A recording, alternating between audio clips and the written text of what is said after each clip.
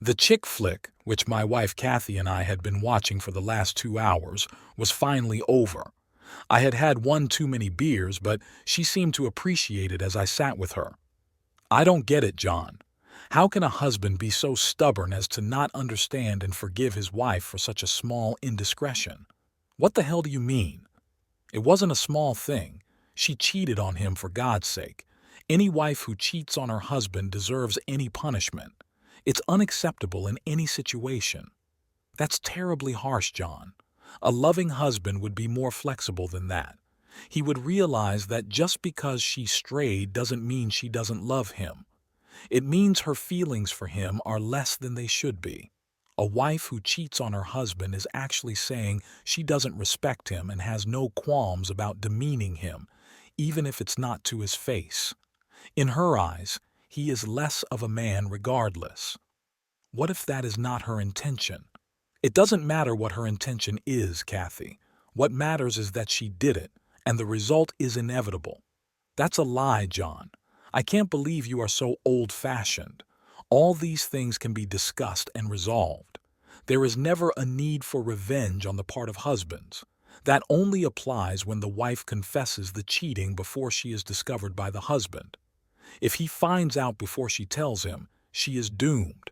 If she denies it after she is found out, she should be burned at the stake. Most husbands are so unaware of what their wives do that very few get caught. This is a stupid argument. I'm going to get ready for bed. I'll be up in a few minutes. Kathy and I had spent most of the day at flea markets and garage sales. I didn't mind taking her every weekend because I usually found things to look at while she dug up trivets. She collected old cast iron trivets. The uglier they looked, the more I loved them. We both worked and were saving as much money as we could for our first house. Of course, I had to have a big kitchen with enough wall space for at least 100 placemats. We had only been married 6 years, but had been together several years before that. She was short and a bit stocky. I used to tease her because she had pregnant hips. We planned to have several children when we got settled in the new house. Right now, all we needed was enough money for an 80% down payment. I was finishing up an article in Sports Illustrated, but I couldn't help but think about the conversation we had just had. Kathy seemed to be a little defensive about the cheating issue. The subject had never come up. In fact, I had never even considered it as a possibility, but now it caught my attention. Most of the men I work with have their wives tied up. I don't have Kathy at all. I had always trusted her and had no doubts about her fidelity.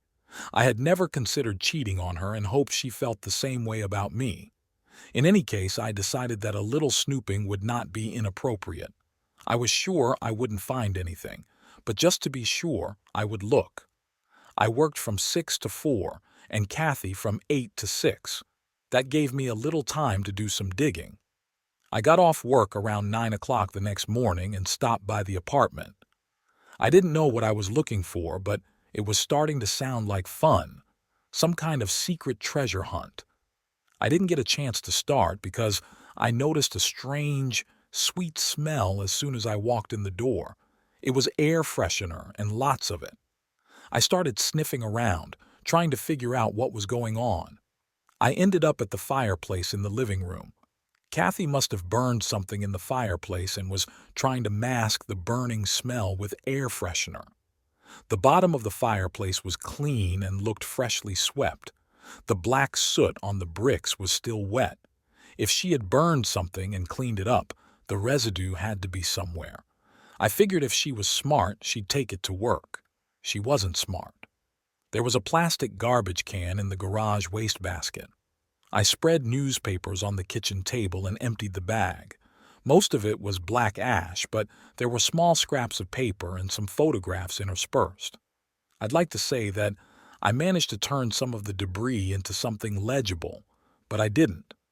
All I knew was that she had decided it was important to burn some old papers and photos so I wouldn't find out. That meant something was going on that she didn't want me to know about. After the conversation the night before, I was now getting worried. My whole life was dedicated to Kathy and the future we were building together. Now it seems that I was a little remiss in observing what was going on around me. She was not being honest with me about some aspects of her life. I knew very little about her work or her co-workers. I never thought it was necessary for me to know. Well, now she has my attention. I stopped by Radio Shack on my way to work and bought 3 voice-activated digital audio recorders and spare batteries. At the wireless office, they were happy to give me hard copies of the last 3 months' calls on our 2 wireless units. I explained that we were being audited by the IRS and needed the information to verify deduction. I asked for both phones so it wouldn't look suspicious, but threw mine into the shredder at work. For the first time since I got married, I started having bad thoughts about my wife. I didn't like that, but I was just guessing. I got home a few hours before Kathy and had time to set up the recorders, the one in the living room, the one in the bedroom, and the one in the kitchen. I had to adjust the one in the kitchen so it wouldn't record the refrigerator running. I would turn them each on when I left for work in the morning. Dinner was ready when Kathy came home. "Hi, sweetie. I hope the chili is okay. Sounds good as long as it's not too hot." About halfway through the meal, I started to probe. "Hey, the house smelled like hell when I got home. It was like a cross between lilacs and burnt rubber. What the hell did you burn in the fireplace before you left for work?" She'd been caught. She had tried to hide that she had burned those things, but now it had come out. "Oh, it was nothing. Just some old papers and stuff from school. Why the hell did you burn them? Why didn't you just throw them in the trash or run them through the shredder? The way you cleaned the chimney, it looked like you were getting ready for the CSI to come in. I don't know. Why is it such a big deal? Kathy, I find it very odd that you got up this morning, got ready to go to work, burned a bunch of old school papers, and then cleaned it up to make it look like it never happened. Do you blame me for being suspicious? Besides, they didn't look like school papers. They looked like letters and photographs. What the hell did you do? Go rummaging through the trash and pull that stuff out just so you could accuse me of something. Yeah, well, fuck you, asshole. You do the dishes. I'm gonna take a shower and go to bed and read. You can sleep on the couch." Kathy had never spoken to me like that before, but I had never accused her of anything. A few seconds later, the shower was running. I pulled her cell phone out of her purse and copied all her speed dial numbers, all outgoing calls, all incoming calls, and all messages. It only took me a few minutes to scan her phone book into a computer file. I didn't mind sleeping on the couch, but the living room still smelled of lilacs and ash. I had plenty of time off from work, so I took the day off. I turned on the recorders and left the house at my usual time, but went to Denny's instead. Shortly after 8 o'clock, I returned home. Kathy made a call. "Hi, I'm having some problems at home." No, it's nothing like that. She just suspects something is up, but has no idea what it is. She's being irritating and it's starting to piss me off. Okay. Sighs. I guess I can do that. Maybe Friday. See ya. I had no idea who the mysterious person on the other end was, but I figured I would soon find out. I wondered what would happen on Friday. I spent the morning at the library going through her phone record. I could have done it at home, but the library's reverse phone book was better than the internet and faster. Of course, it didn't work for cell phones for shit. I was able to eliminate most of the numbers because I knew them or was able to correlate them with her address book. It stood out like a sour thumb, the number of a TR. It was on his speed dial and in his address book. Also in the address book was a landline number, which turned out to be a Tom Rollins. Kathy worked with him at Generex, and in fact, I met him a few times. The last time was about 10 days ago at a company event. He and Kathy were very close all night, and I remembered that I didn't like him. He was married to a cute little brunette who didn't seem to be having any fun at the party either. I made a list of all the times Kathy had called Tom in the last 3 months and all the times he had called her. None of the text messages came from him. I assumed that Tom was the one Kathy had called this morning. There were a lot of calls, but I was just guessing.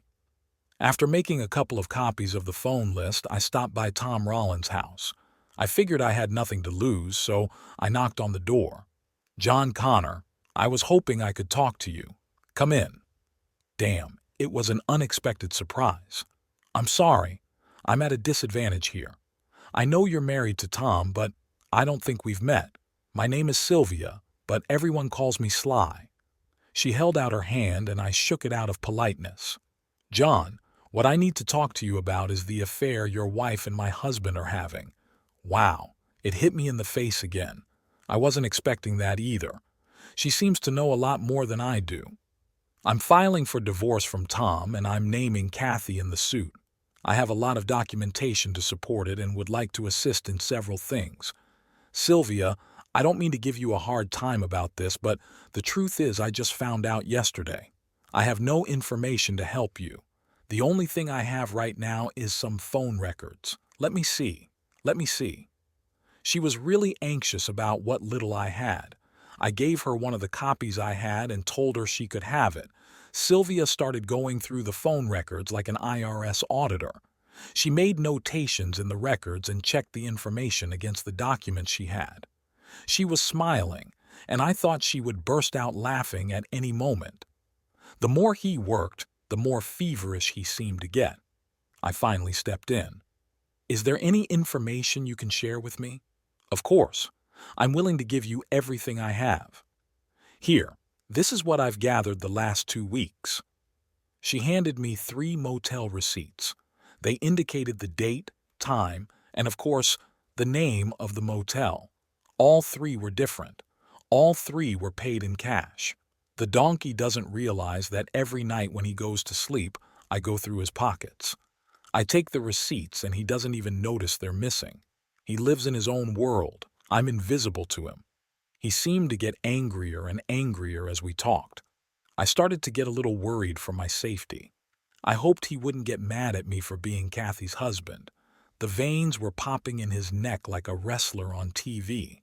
I don't think I've ever seen a woman so furious. She made me copies of the motel receipts and gave them to me. "I have plenty more receipts and other things if you need them. Oh wait, let me show you something special." She left and came right back with a little zippered baggie. Inside was a pair of women's panties. Do you recognize them? Of course. In the baggie was a pair of gray-green bikini panties that belonged to a set my wife had. I pulled them out of Tom's coat pocket the night of the last company party. He went crazy looking in the closet and in the car, but he didn't dare say a word to me. "Can I borrow them? Only if you promise to give them back to me." Deal. For the next hour, Sylvia Rollins ranting like a madwoman. I tried to leave several times but couldn't. Finally, she said she needed to lie down for a while and gave me the opportunity to leave. She mentioned that Tom hated condoms and refused to use them. I had dinner ready when Kathy came home. I was hungry as hell because I had skipped lunch. My wife was cool as a cucumber. I realized why I had never noticed anything. I picked up the plates and put out a couple of pieces of key lime pie, her favorite, and some coffee. Everything was very quiet. "Kathy, can I ask you a question without you getting mad at me? Are you still going on about the fireplace?" "No, it's something else." "Okay, go ahead. Where are the panties that go with this bra?" I held up the greenish-gray push-up bra that went with the panties Sylvia gave me. "I don't know. I guess in my dresser." "Why the hell are you messing with my underwear? Are you turning into a pervert or something? Would you go get the panties for me?" Kathy sat up and looked at her pie. There was no way I could get the panties, and she knew it. I could tell she was starting to get angry. "You know, I just remembered. I threw them away last week. All the top elastic came out, and I didn't feel like fixing them. They were less than a month old, Kathy. You bought them at the mall 3 weeks ago. How did they wear out so fast?" Her lower lip was quivering. Veins were popping in her neck. Her fists were clenched tightly. Damn, it was like he was with Sylvia all over again. "Okay, Mr. Smarty Pants, tell me what happened to my panties." "Last week when we were getting ready to go to your company party, I saw you get dressed. You wore this bra and the panties that go with it. I remember thinking how good you looked when we got home from the party you undressed in the bathroom, but I noticed you weren't wearing any panties. How did you lose your underwear from the time we left the house until we got home? I think you're wrong. I did have them on when I got home. You just didn't see them. Okay, then tell me how they ended up in Tom Rowland's coat pocket. I held up the zippered bag containing the panties. Where the hell did you get them? From Sylvia, Tom's wife. Why? Son of a bitch. Stop sticking your nose where it doesn't belong. There's nothing going on between me and Tom. I have no idea how his wife got my panties. You got any more shit you want to throw at me? One more thing, Kathy. Here's a little form I made. I'd like you to fill it out. All I want to know is the date and place you met other men outside of our marriage. Here it is for you.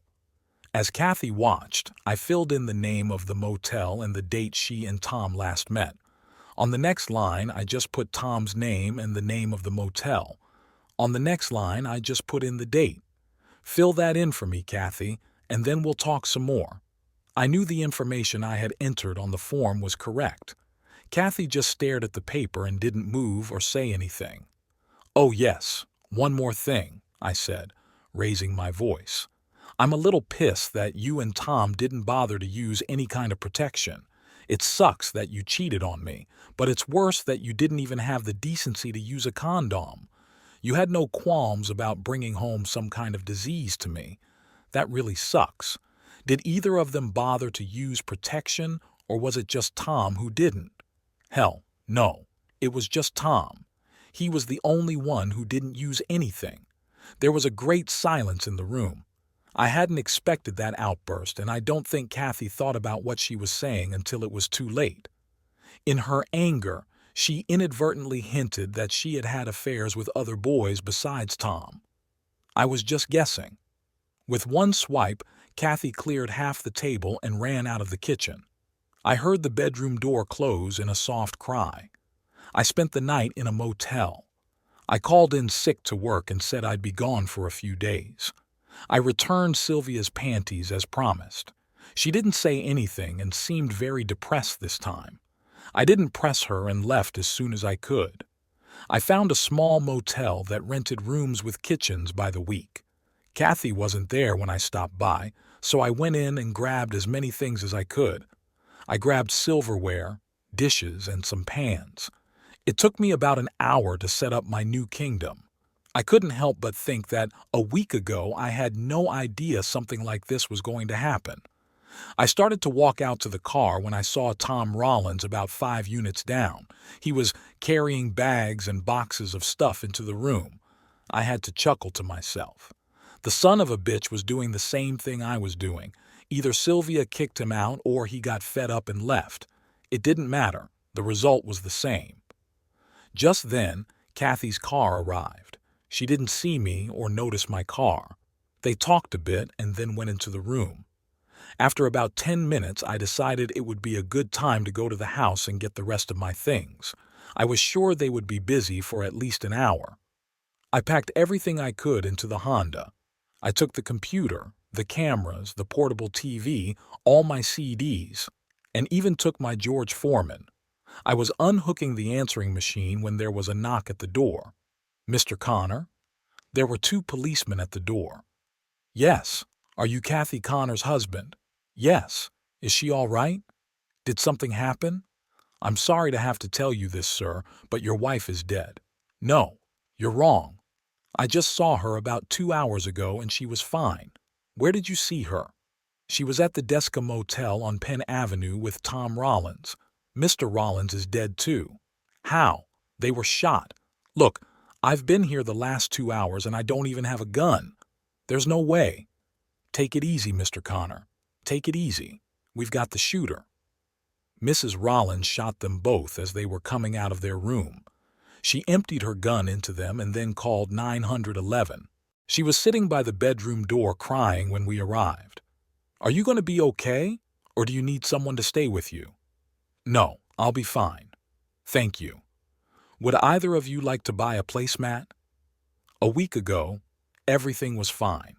What the hell had happened? I was guessing.